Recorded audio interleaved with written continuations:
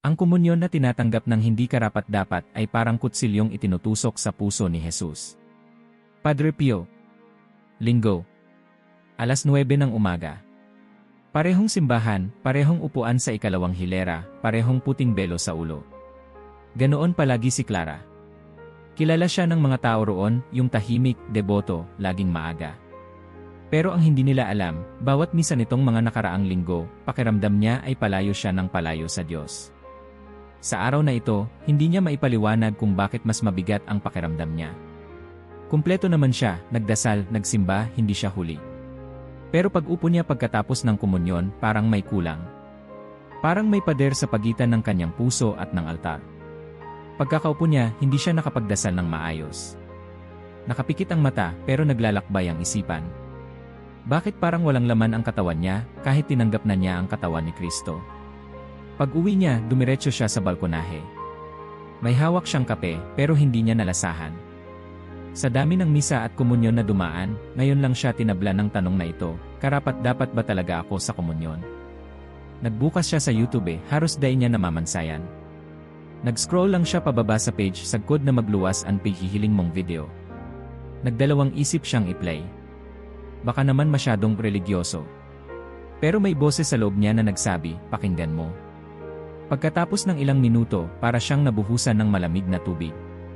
Bawat salita, tumatagos. Pero may isang linya na hindi niya makalimutan, ang isang komunyon na hindi maayos ay sugat sa puso ni Jesus. Napatitig siya sa sahig. Nakabukas pa rin ang laptop pero wala na siyang naririnig. Tanging tibok ng dibdib niya. Kinabukasan, tinawagan niya si Carla, ang tanging kaibigan niyang hindi natatakot magsabi ng totoo. Carla, sabi niya, naranasan mo na ba yung parang mali yung komunyon mo? Hindi ba't sinabi ni San Pablo na kung sino mang tumanggap sa katawan ng Panginoon ng di karapat-dapat, ay nagkakasala laban sa kanya? Sagot ni Carla. Clara, kailan ka huling nagkumpisal? Tahimik si Clara. Matagal na. Yun na nga. Nagring sa tenga ni Clara ang sinabi ng kaibigan. Tumunog ito sa isip niya buong gabi. Hindi siya mapakali. Kinuha niya ang lumang prayer booklet ng kanyang lolo. Paborito nito si Padre Pio. Binuksan niya ang unang pahina at naroon ang sulat kamay na linya. Ang kaluluwang hindi nagsisiyasat sa sarili ay nabubuhay sa huwad na kapayapaan. Padre Pio. Kinilabutan siya. Nang gabing iyon, nagsulat siya sa notebook, mga bagay na hindi ko kailanman kinausap sa Diyos. Mula sa simpleng tanong, napakaraming alaala ang bumalik. Mga komunyon na tinanggap niya matapos ang gabi ng pag-aaway. Mga misa na inatendan niya pagkatapos magsinungaling. Mga dasal na binigkas niya habang may galit sa puso. Palagi niyang sinasabi sa sarili, mahal naman ako ng Diyos. Pero ngayong gabi, hindi sapat ang palusot. Bumalik sa alaala niya ang isang beses na nag-absent siya sa misa dahil tinamad. Wala siyang sakit, wala rin siyang dahilan kundi pagod. Noong sumunod na linggo, hindi siya nagkumpisal. Diretso komunyon. Siguro naiintindihan naman ni Lord, bulong niya noon. Pero ngayon, parang hindi na sapat ang siguro. Nagdesisyon siyang bumalik sa simbahan kinabukasan, hindi para sa misa, kundi para umupo lang. Sa harap ng altar, wala siyang sinabing dasal. Tahimik lang siyang tumitig sa tabernakulo. Panginoon, kung narito ka pakigising naman ang puso ko. Sa kanyang paningin, hindi siya nakakita ng milagro, pero may katahimikang bumalot sa kanya. Isang uri ng pag-unawa na mahirap ipaliwanag.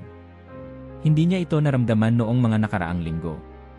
Pag-uwi, binuksan niya muli ang booklet. Sa isang pahina, nakabold ang sulat ni Padre Pio.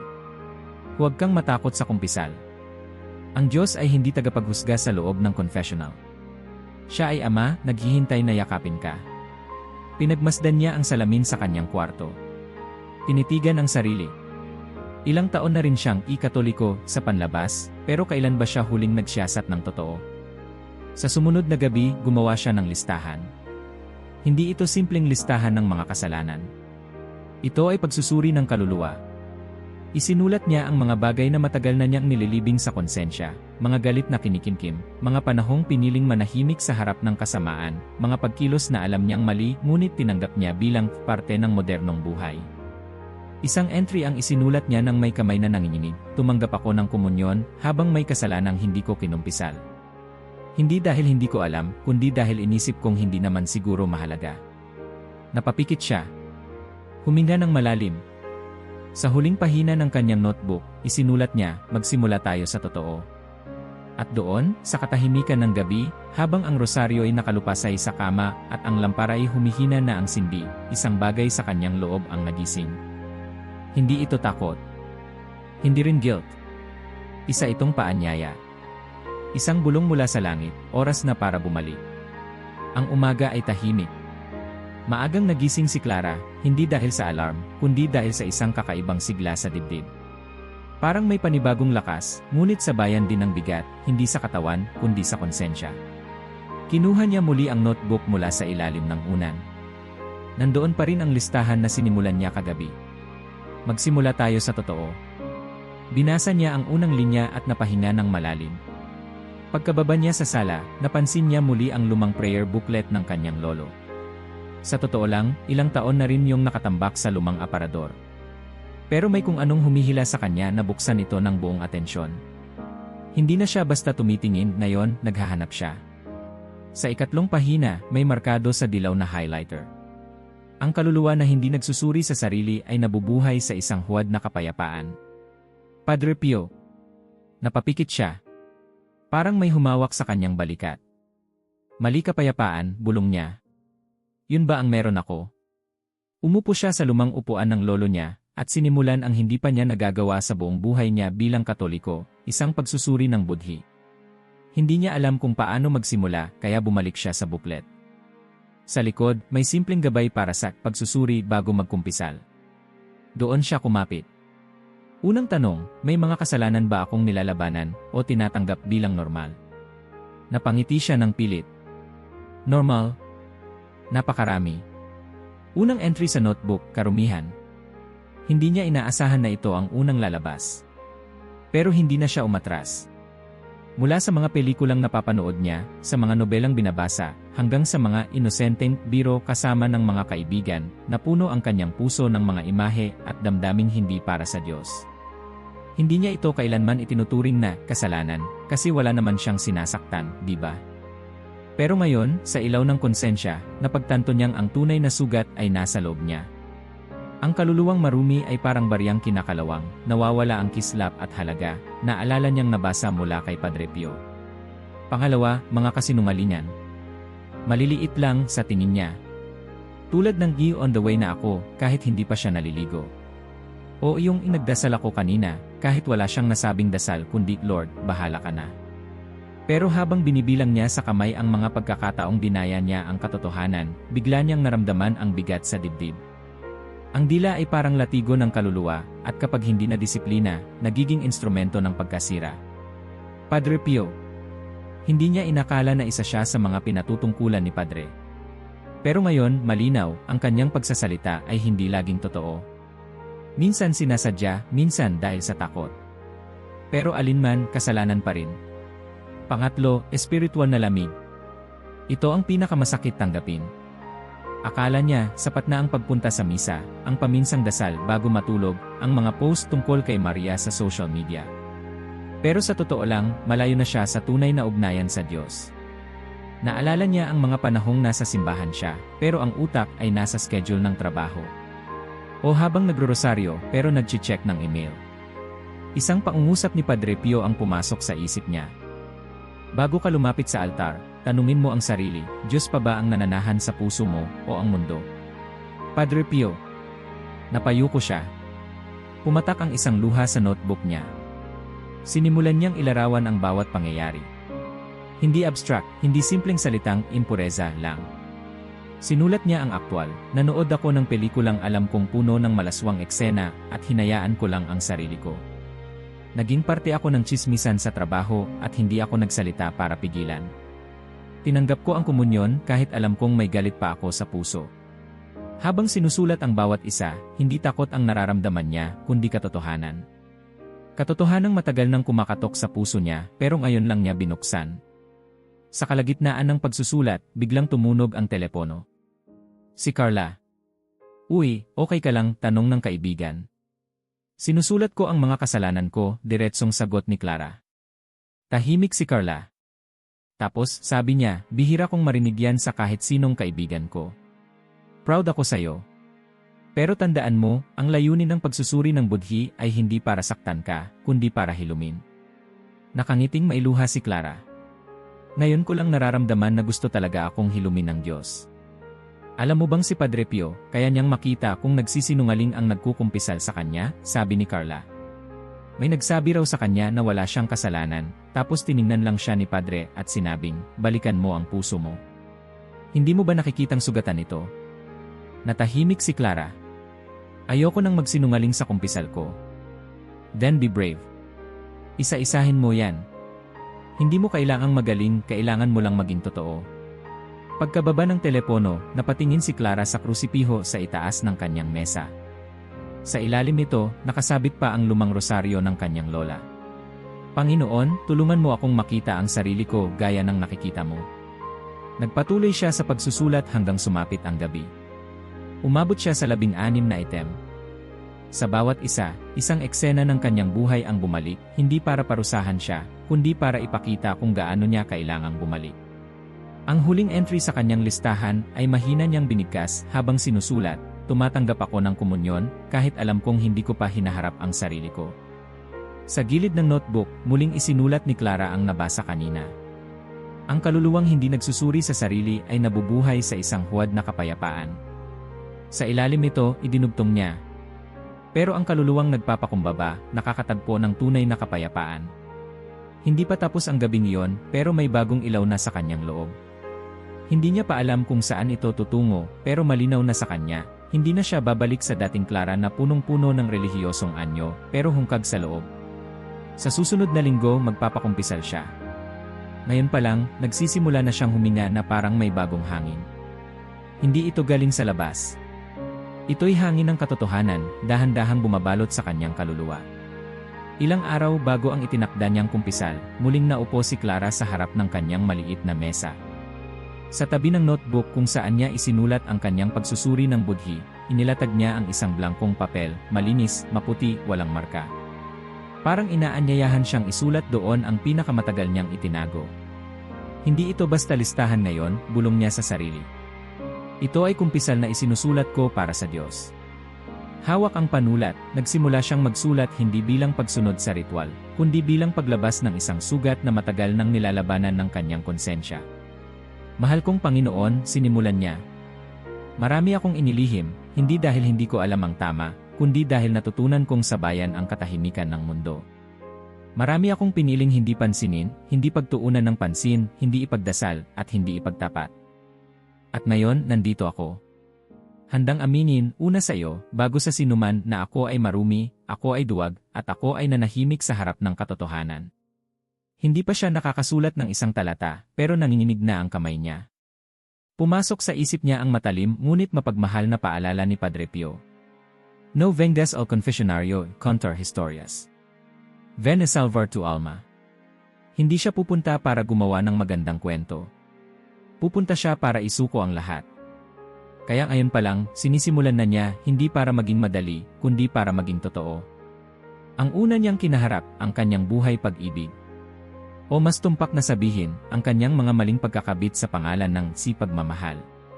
Inisa-isa niya ang mga taong pinili niyang ibigay ang puso, isip, at minsan pati katawan, kapalit ng pansamantalang saya, at madalas ay walang kabanalan. May mga ugnayang sinubukan niyang bigyang katuwiran dahil mahal ko naman siya, pero sa kaibuturan, alam niyang hindi iyon pag-ibig na nakatuon sa Diyos. Isinulat niya, pinili kong manatili sa relasyong alam kong puno ng tukso. Hinayaan kong maging sentro ng relasyon namin ang pisikal, hindi ang espiritual. Nagbulag-bulagan ako sa katotohanang unti-unti akong hinihiwalay nito sa iyo. Naalala niya ang isang tagpo ilang taon na ang nakalipas, isang hating gabi sa apartment ng dating kasintahan. Sa gitna ng katahimikan, naramdaman niya ang isang biglaang lamig sa loob. Para bang may bahagi ng kanyang kaluluwa ang dahan-dahang lumalayo sa liwanag. Hindi niya yon pinansin. Kinabukasan, nagsimba siya. At muli tumanggap ng komunyon. Walang kumpisal. Pumikit siya ngayon at umiyak. Nagkasala ako sa katawan mo, Panginoon. Tinanggap kita habang binabaliwala ang sarili kong mga kasalanan. Akala ko kasi sapat nang mahalin ka sa salita. Sumunod na inalala niya ay ang kanyang pananampalataya, na ngayon lang niya napansing lumamig na pala. Isa siyang debotong visible pero hindi nakikinig. Ang daming dasal na hindi dasal kundi utos. Ang daming misa na hindi pagdiriwang kundi obligasyon. Isinulat niya, araw-araw akong nagdarasal pero hindi kita kinakausap. Linggo-linggo akong nagsisimba pero hindi kita iniimbitahan sa buhay ko. Nananalig ako kapag madali, pero kapag mahirap, inuuna ko ang sarili kong plano. Naalala niya ang mga panahong mas pinili niyang manood ng series kaysa magdasal. O yung mga oras na mas nauuna siyang mag-post ng inspirational quote kaysa manalangin ng taimtim. Minsan pa nga, ginagamit pa niya ang pagiging Katoliko bilang forma, hindi bilang buhay. Muli, tumunog sa isip niya ang isang sipi ni Padre Pio. El peor pecado es vivir como si el pecado no existiera. Iyon ang ginawa niya. Hindi siya lantaran na lumayo sa Diyos. Pero dahan-dahan siyang naging manhid sa kanyang tinig. Tinanggap niya ang mali bilang natural. Pinili niya ang tahimik na paglayo kaysa mapait na pagsuko. Sa sulat niya, nagpatuloy siya. Panginoon, hindi ako rebelde na sumigaw ng pagtanggi. Ako ay anak mong piniling manahimik habang naglalakad papalayo. At ngayon, masakit ang bawat hakbang pabalik. Pero hindi ko na kayang hindi bumalik. Ang isa pang parte na hirap siyang isulat ay ang mga pagkakataong siya mismo ang naging sanhi ng pagkatisod ng iba. Isinulat niya, may mga salita akong binitiwan na nagpalayo sa iba sayo. May mga kilos akong nagpakita ng doble kara, deboto sa simbahan, pero kampante sa kasalanan sa labas. May mga kabataang tumingin sa akin at naisip, kung okay sa kanya yon, baka okay lang din. At yan ang pinakamasakit sa lahat. Hindi niya na malalaman kung ilang kaluluwang naapektuhan ng mga kilos niya. Pero ngayon, nagsisisi siya. Nagpahinga siya. Hawak pa rin ang ballpen, ngunit hindi siya makapagsulat. Ang dibdib niya ay mabigat. Kaya kinuha niya ang rosaryo ng lola niya at nagsimulang magdasal. Bawat Hail Mary, kasabay ang isang bulong, Panginoon, patawad. Pagkatapos ng ilang dekada, bumalik siya sa sulat.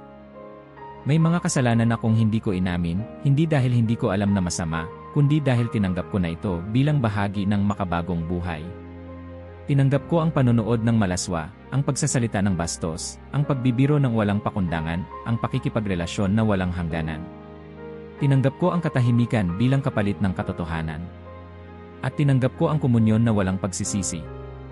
Sa huling bahagi ng kanyang sulat, isinulat niya, hindi na ako lalapit sa kumpisalan para magkwento lang. Lalapit ako para iligtas ang kaluluwa ko. Hindi ko alam kung anong maririnig ko mula sa pari.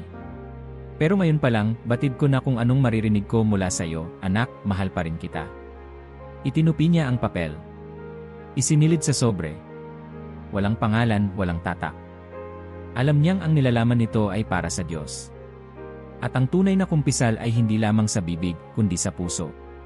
Sa puso na ngayon pa lang ay unti-unti nang bumabalik sa kanya. Sa kanyang ulunan, nakasabit pa rin ang krusipiho. Tahimik niya itong tinitigan. Ngayon, hindi na ito simpleng dekorasyon ng pagiging relihiyosa. Ito ay paalala. Paalala ng sakripisyo. Paalala ng pag-ibig. Paalala ng katotohanan kahit gaano kalayo ang nilakad niya, may mga paang naghihintay sa kanya sa pintuan. At sa pag-idlip niya ng gabing iyon, bitbit niya ang papel na puno ng kumpisal. Hindi pa ito tapos, pero alam niyang nagsimula na siya. Sa mismong titik ng kanyang pag-amin, doon nagsimula ang muling pagtindig.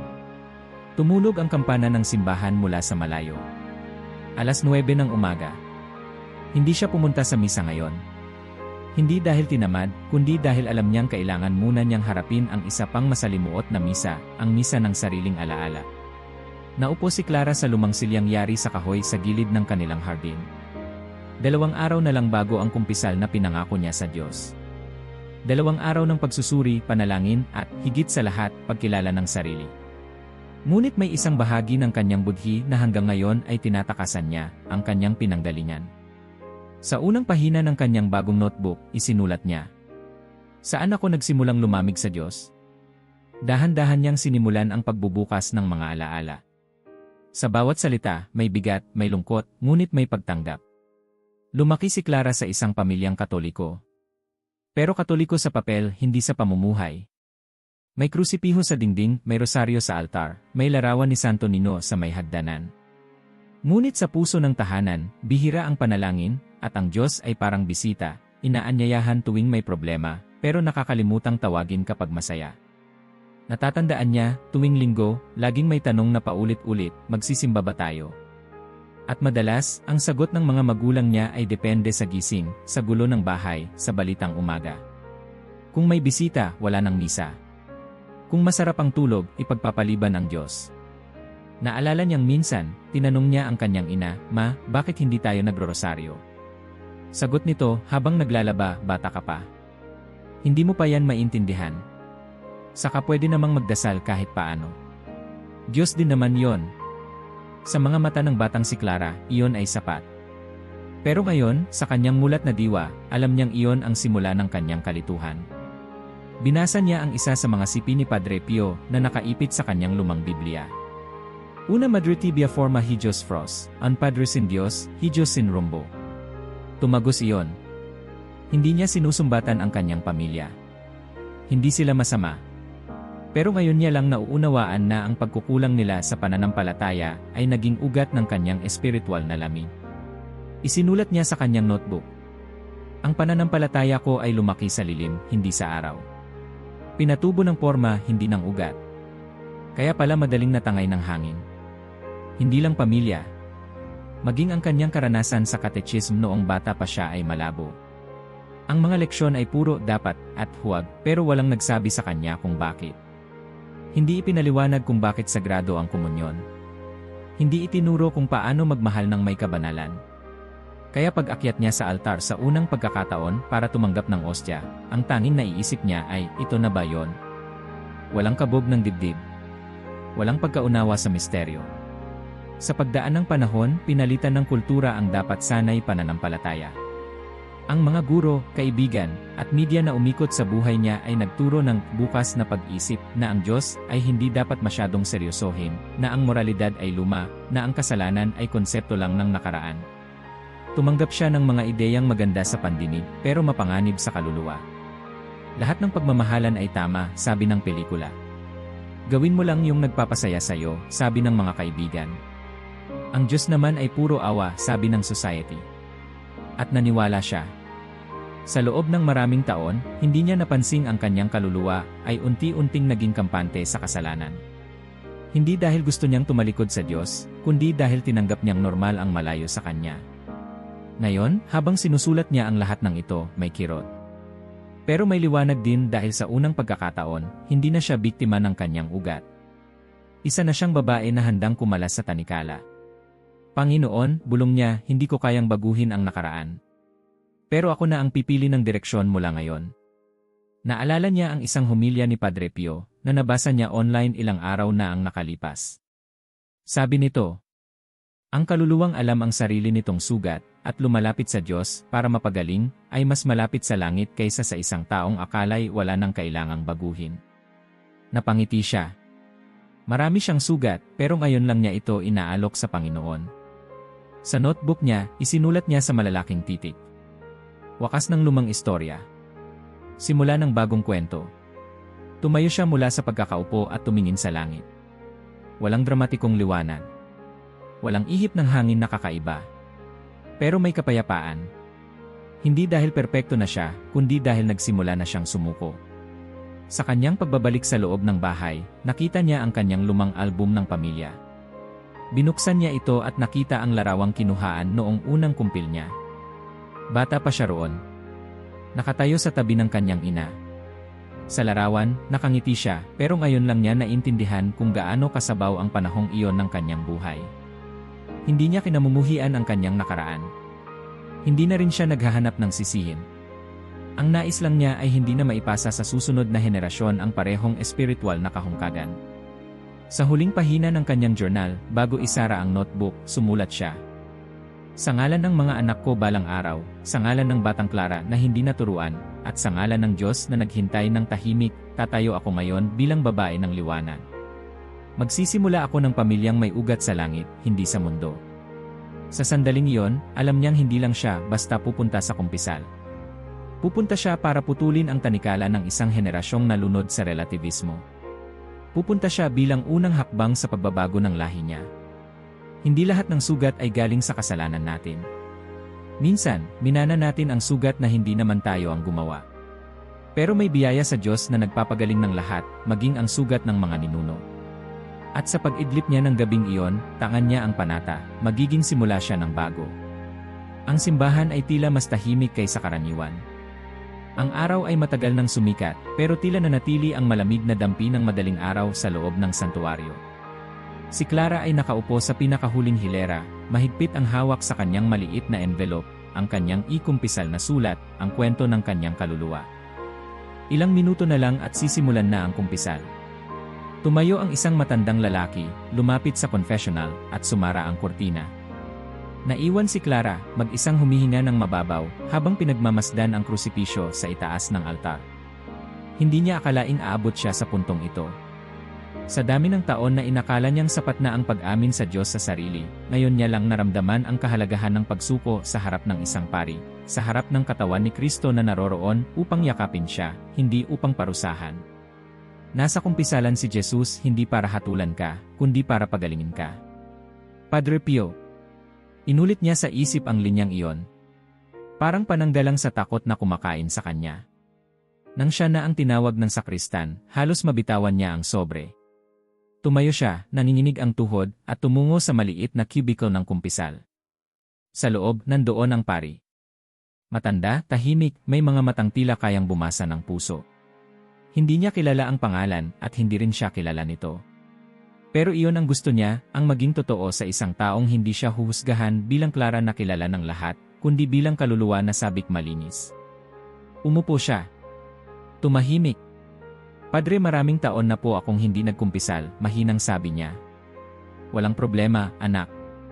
Andito ako para tulungan ka. Sabihin mo lang lahat. Huwag kang matakot. Kinuha niya ang sobre, binuksan ito, at dahan-dahang nagsimulang basahin ang laman, ang kanyang sulat para sa Diyos. Panginoon, marami akong inilihim hindi dahil hindi ko alam, kundi dahil pinili kong hindi makita. Ngayon, handa na akong isiwalat ang mga ito sa liwanag mo. Bawat linya ay parang tinik na binubunot mula sa kanyang dibdib. Isang beses napahinto siya. Tumulo ang luha. Hindi siya pinilit ng pari. Tahimik lang ito, parang si Kristo sa isang katawang taong tagapakinig. Isinaysay niya ang kanyang mga relasyong puno ng tukso, ang paglapastangan sa kanyang katawan, ang paglimot sa kabanalan sa ngalan ng pansamantalang aliw. Isinulat niya ang mga panahong tumanggap siya ng komunyon na hindi naghanda.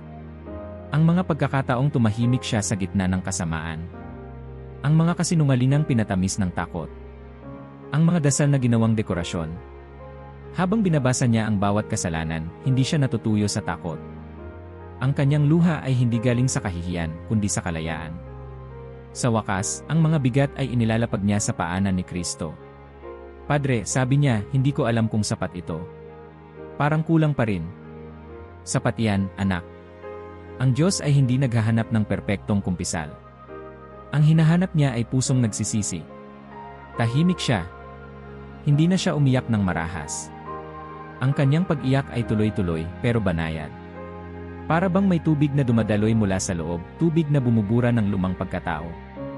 Inabot ng pari ang kanyang kamay mula sa kabilang panig ng kurtina. Saglit lang. Walang salita. Pero sapat para ipadama na hindi siya mag-isa. Makinig ka ngayon sa kapatawaran ng Diyos, wika ng pari. Ang lahat ng iyong kasalanan, gaano man kadilim, ay pinatawad na. Sa ngalan ng Ama, ng Anak, at ng Espiritu Santo. Parang may pumunit sa kanyang dibdib, hindi para saktan, kundi para buksan. Parang binuksan ng langit ang isang bintana, at biglang bumuhos ang hangin na hindi niya namalayang kailangan niya. Doon sa mismong sandaling iyon, naramdaman niya ang kapayapaan na kay tagal niyang hinanap. Habang pinipigilan ang hikbi, umusal siya ng huling linya ng kanyang sulat, hindi na para basahin, kundi para sambitin mula sa puso. Panginoon, hindi ko hiningi ang ginhawa, pero binigay mo ito. Hindi ako karapat-dapat, pero minahal mo pa rin ako. Paglabas niya sa kumpisalan, tulala siyang naupo sa isang gilid ng simbahan. Hindi na niya inisip ang mga tao. Hindi na niya inalala kung may makakita sa kanyang namumugto ang mga mata. Hindi na siya ang Clara na nagpapanggap na ayos lang. Siya na ngayon ang Clara na marunong umiyak sa harap ng Diyos. Sa harap ng krusipisyo, tahimik siyang lumuhod. Nakatitig sa mukha ni Kristo na duguan ngunit mapagpatawad.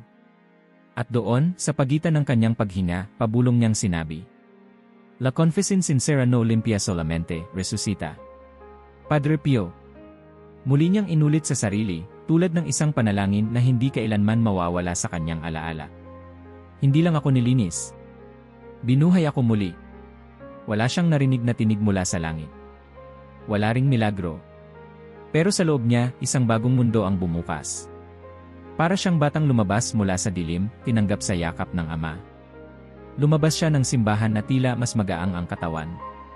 Ang kanyang mga paa ay tila lumulutang sa hangin. Hindi dahil wala na siyang sugat, kundi dahil alam niyang ang sugat ay ginamot na. At sa bawat hakbang niya pauwi, buwang pa siya sa puso. Babalik ako sa altar. Hindi na bilang Clara na may maskara, kundi bilang anak na muling binuhay. Ang linggo ay muling dumating, ngunit para kay Clara, ito ay hindi katulad ng lahat ng naunang linggo sa kanyang buhay. Matahimik ang kanyang paghahanda. Gumising siya ng maaga, naligo na tila may espesyal na okasyon, nagsuot ng puting blusa at mahabang palda. Walang pagmamadali. Walang gulo sa isip. Tila ang mismong katawan niya ay nakisabay sa katahimikan ng kanyang loob. Bago umalis ng bahay, lumuhod siya sa harap ng maliit na altar na itinayo niya sa kanyang kwarto. Sa gitna nito, isang krusipiho at ang rosaryo ng kanyang lola. Pinikit niya ang mga mata at sa simpleng tinig, binigkas ang dasal. Panginoon, ngayong araw, lalapit ako sa iyo. Hindi na bilang tagapakinig, kundi bilang anak mong uhaw sa iyo. Tanggapin mo ang puso kong inihanda para sa iyo. Pagdating niya sa simbahan, hindi siya agad pumasok. Tumigil siya sa may pintuan at minasdan ang loob nito. Ilang beses na siyang dumaan sa lugar na yon. Ilang daang misa na rin ang kanyang nadaluhan. Ngunit ngayon, para bang ngayon niya lang ito tunay na nakita. Ang ilaw ng araw ay tumatama sa salamin ng mga bintanang may larawan ng mga santo. Ang tunog ng organo ay mababa ngunit puno ng damdamin. Ang altar ay hindi lang isang entablado, ito ay dambana. At ang bawat tao sa loob, mula sa mga matatandang nakaluhod, hanggang sa batang tahimik na nakaupo sa tabi ng kanyang ama, lahat ay tila nagdadala ng kanya-kanyang pag-asa, takot, pasalamat, at paghingi ng kapatawaran. Umupo siya sa pangatlong hilera. Hindi na sa harap. Hindi na sa likod. Gitna. Balanseng pwesto. Eksaktong naroroon kung saan niya gustong makinig at magpakatotoo. Nagsimula ang misa. Bawat salita ng pari ay parang bumabalot sa kanya. Wala siyang ibang iniisip. Wala siyang ibang iniintindi. Hindi niya tiningnan ang relo. Hindi siya nag-scroll sa telepono. Lahat ng atensyon ay para sa Diyos. Nang dumating ang bahagi ng pagkakaloob, tahimik siyang tumingin sa krusipiho. Hindi siya humiling. Hindi rin siya nagtanong. Ang nais lang niya ay makasama si Jesus at maramdaman ito ng totoo. Sa paghahandog ng kapayapaan, hindi lang siya ngumiti sa katabi niyang matandang babae, kundi inabot niya ang kamay nito. Ang kapayapaan ng Diyos ay sumainyo, mahinang sambit niya. Nang ipahayag ng pari, narito ang kordero ng Diyos, bigla niyang naalala ang isang sipi na matagal nang nakaipit sa kanyang isip. El mundo podrá sobrevivir sin el sol, pero no sin la Santa Misa. Padre Pio. Ngayon niya nauunawaan. Totoo nga. Maaaring umikot ang mundo kahit mawala ang liwanag ng araw, ngunit kung wala ang Eukaristya, kung wala si Kristo na patuloy na nagbibigay ng sarili sa atin, wala ring saysay ang bawat araw. Tumayo siya sa pila ng komunyon. Habang palapit siya ng palapit, tila lumalakas ang tibok ng puso niya. Hindi sa kaba kundi sa pananabik. At sa unang pagkakataon sa matagal na panahon, alam niyang wala siyang tinatagong sugat. Wala siyang ipinagkakaila. Wala siyang dinadahilan. Habang inaabot ng pari ang ostya, tiningnan siya nito sa mata. Ang katawan ni Kristo, sabi nito. Amen, sagot niya. Hindi mekanikal. Hindi basta pagsang-ayon. Isang i-amen na puno ng pananampalataya. Isang na may buong loob. Pagkatanggap niya ng komunyon, lumuhod siya. Isinara ang mga mata.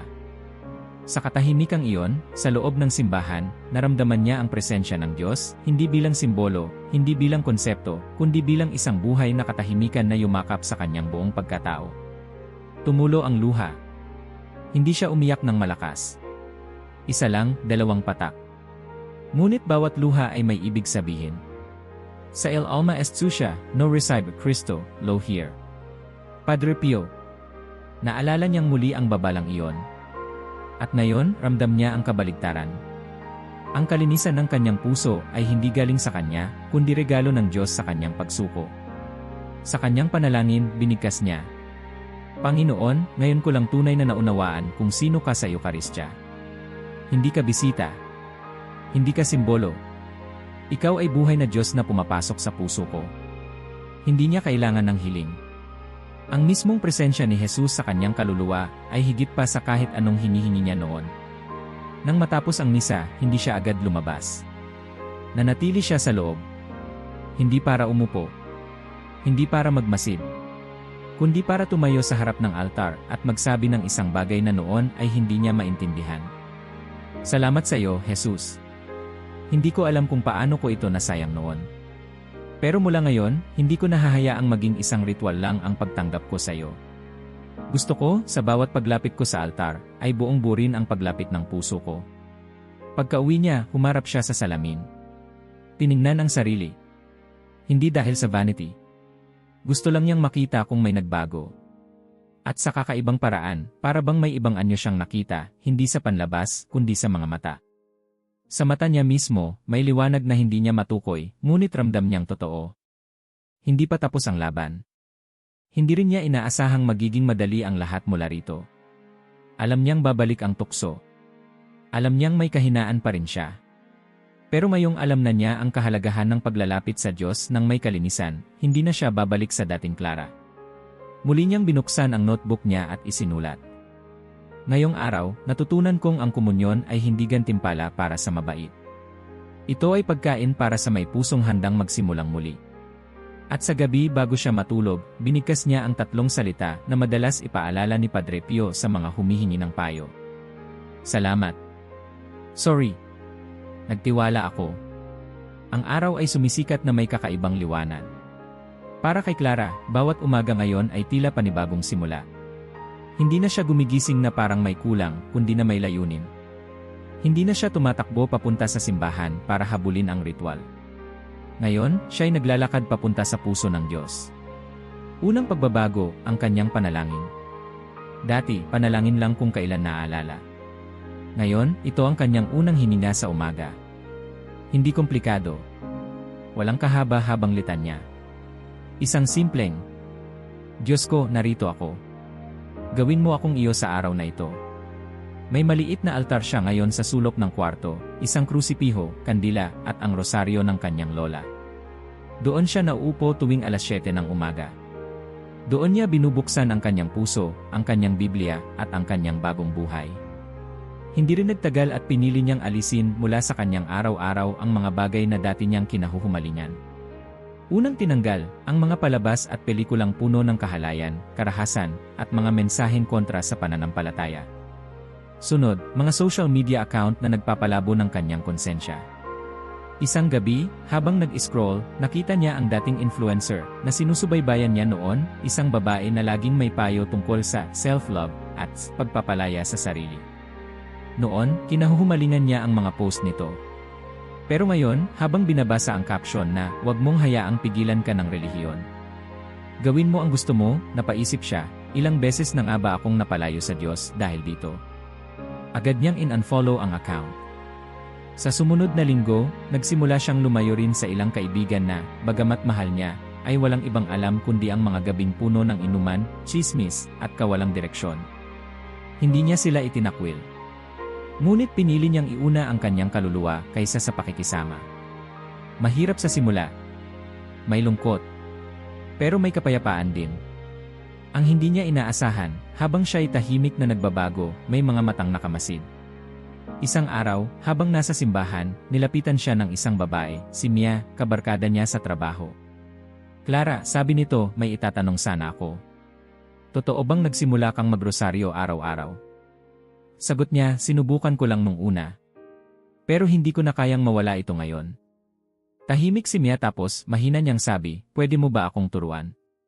Ngumiti si Clara. Hindi siya sanay magturo. Pero hindi niya kailangan maging dalubhasa. Ang totoo ng kanyang pagbabago ay sapat na. Sa mga sumunod na linggo, nagsimula siyang magtipon ng maliliit na grupo ng kababaihan na tulad niya, mga babaeng pagod sa pagkukunwari, uhaw sa totoo, at naghahanap ng liwanag. Hindi sila nag-aral ng teolohiya. Hindi sila laging tama. Pero sa tuwing nagkikita sila para magdasal, magbahagi, at makinig, alam nilang si Kristo ang nasa gitna. Sa isa sa mga gabing iyon, habang nasa grupo, binasa ni Clara ang isang sipi ni Padre Pio. Ang sinumang umamin ay madalas na bumabagsak at mas mabilis na bumangon. Tumango si Mia, totoo yan. Noong una, akala ko isang beses lang ako magtatapat tapos okay na. Pero ngayon, naiintindihan ko, ang kumpisal ay daan, hindi event ni. Sabat ni Clara. Ang pagbabalik loob ay hindi isang gabi lang.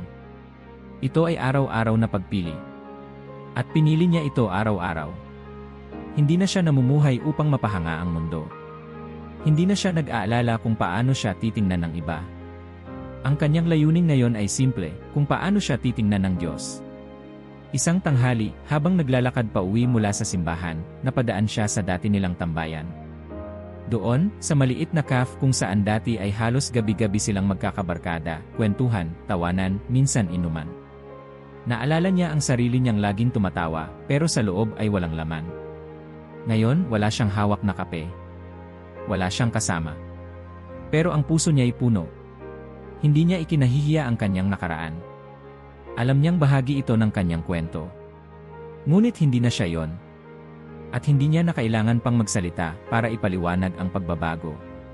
Sapat na ang katahimikan ng kanyang presensya. May isang lalaking bumati sa kanya, dati niyang kaklase. Clara, ang tagal nating di nagkita. Iba ka ngayon ah. May aura kang hindi ko maipaliwanag. Ngumiti lang siya. Siguro dahil natutunan ko na kung sino ang dapat kong mahalin ng buo. At ang lalaking iyon ay hindi na siya. Hindi rin sarili. Si Jesus ang unang, tunay, at walang hanggang pag-ibig ng kaluluwa niya. Pagdating sa bahay, binuksan niya ang notebook niya, hindi na para isulat ang kasalanan, kundi para itala ang mga biyayang natatanggap niya. Lahat ng pangalan ng kababaihang lumapit sa kanya. Lahat ng maliit na tagumpay. Lahat ng pagkakataong pinili niyang manahimik kaysa sumagot, magpatawad kaysa magtanim ng galit, magdasal kaysa magreklamo. Sa isang pahina, isinulat niya, hindi ako banal. Pero araw-araw, sinusubukan kong maging tapat. At sa tapat na puso, doon dumadaloy ang biyaya. Pagkatapos, lumuhod siya sa harap ng kanyang altar. Hindi na siya humiling. Hindi na siya nagtanong. Tahimik lang niyang binigkas. Panginoon, ngayon naintindihan ko, ang pagbabalik loob ay hindi istorya ng pagtatapos. Ito ay istorya ng araw-araw na pagsunod. Salamat at hindi ka nagsawa sa akin. Salamat at hindi mo ako pinilit, kundi hinintay mo ako. At ngayon narito na ako. Tulungan mo akong manatili. Sa gabing iyon, mas mahimbing ang kanyang tulog. Mas malalim ang kanyang paghinga. At sa bawat patak ng ulan sa labas ng kanyang bintana, tila may tinig ang Diyos na paulit-ulit na sinasabi. Hindi mahalaga kung ilang beses kang nadapa, anak. Ang mahalaga ay ilang beses kang bumangon at bumalik sa akin. Isang gabi, sa katahimikan ng kanyang kwarto, habang ang ilaw ng lampara ay banayad na sumisinag sa kanyang altar, naupo si Clara sa harap ng kanyang notebook, ang parehong notebook na saksi sa kanyang paglalakbay. Hawak niya ang panulat, hindi na para magsulat ng kasalanan, kundi para ipahayag ang pasasalamat. Sa itaas ng pahina, isinulat niya ng marahan. Salamat. Sorry. Nagtiwala ako. 3 salita. Walang komplikasyon. Walang sermon. Pero sa puso niyang dumaan sa apoy, ang 3 salitang ito ay naging buhay. Naalala niya kung kailan niya unang nabasa ito, sa huling bahagi ng video tungkol kay Padre Pio, 1 linggo bago ang kanyang kumpisal. Noon, isa lang itong magandang rekomendasyon. Ngayon, isa na itong ritual ng kaluluwa. Isang panata. Isang direksyon. Antes de dormir, de estas 3 palabras, gracias. Pardon. Confo. Mula ng araw na yon, tuwing gabi bago pumikit ang kanyang mga mata, hindi na siya natutulog nang hindi binibigkas ang mga ito. At hindi lang basta sinasabi. Isa-isa niya itong isinabuhay. Salamat. Salamat, Panginoon, sa pagkakataong magsimula muli.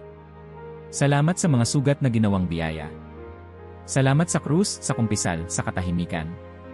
Salamat sa mga taong naging bahagi ng aking pagbabalik. Salamat sa iyo dahil hindi ka nagsawa. Ang puso niyang dati ay laging nagrereklamo, laging may hinahanap, laging may kulang, ngayon ay natutong makita ang kagandahan sa maliit. Ang pagsikat ng araw. Ang dasal ng isang kaibigan. Ang liwanag ng kandila sa misa. Ang yakap ng ama sa kumpisalan. Sorry. Patawad, Diyos ko, sa mga oras na pinili ko ang mundo kaysa sa iyo. Patawad sa panlalamig, sa katahimikan, sa pagwawalang bahala. Patawad sa hindi pagkilala sa iyo sa mga mukha ng kapwa ko.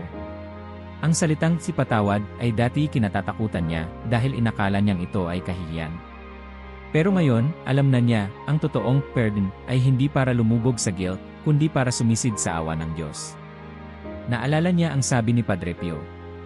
El corazón arrepentido es el trono de la misericordia. At sa bawat pag-amin niya ng kahinaan, mas lalo niyang naramdaman ang tibok ng Diyos sa kanyang puso. Nagtiwala ako. Panginoon, nagtitiwala ako. Hindi dahil sigurado ako sa bukas, kundi dahil kilala kita. Nagtitiwala ako kahit may kahinaan pa rin. Nagtitiwala ako dahil ikaw ang totoo. Nagtitiwala ako dahil ikaw ang nagsimula ng pagbabagong ito at alam kong ikaw din ang tatapos. Ilang beses siyang kinabahan sa kanyang landas. Ilang beses siyang muntik bumalik sa luma. Ngunit sa tuwing naguguluhan siya, inuulit niya sa sarili ang paalala ni Padre Pio. No est ako por casualidad. Tal vez esta si tu oportunidad de volver a empezar. Hindi siya narito sa pagkakataon lang. Ang bawat hakbang ng kanyang pagbabalik loob ay hindi random. May layunin. May plano. At ngayon, gusto niyang sabihin sa iyo, ikaw na nagbabasa. Hindi mo ito binabasa ng aksidente. Baka ito na ang panahong matagal nang hinihintay ng Diyos. Baka ito na ang sandaling inihanda niya, hindi para itulak ka, kundi para yakapin ka. Hindi mo kailangang maging malinis agad. Hindi mo kailangang perpekto. Kailangan mo lang magsimula. Katulad ng ginawa ni Clara. Hindi niya inaakalang sa simpleng pag-click sa isang video, magbabago ang takbo ng kanyang pananampalataya. Pero nang binuksan niya ang puso, pumasok ang liwanag. At ngayon, siya ang nagsusulat, hindi bilang eksperto, hindi bilang santa, kundi bilang isang kapwa makasalanan na nakaranas ng awa. Kung may bigat kang dala, isuko mo na. Kung may galit kang kinikimkim, ipatawad mo na. Kung may kasalanang paulit-ulit mong binabalikan, harapin mo na.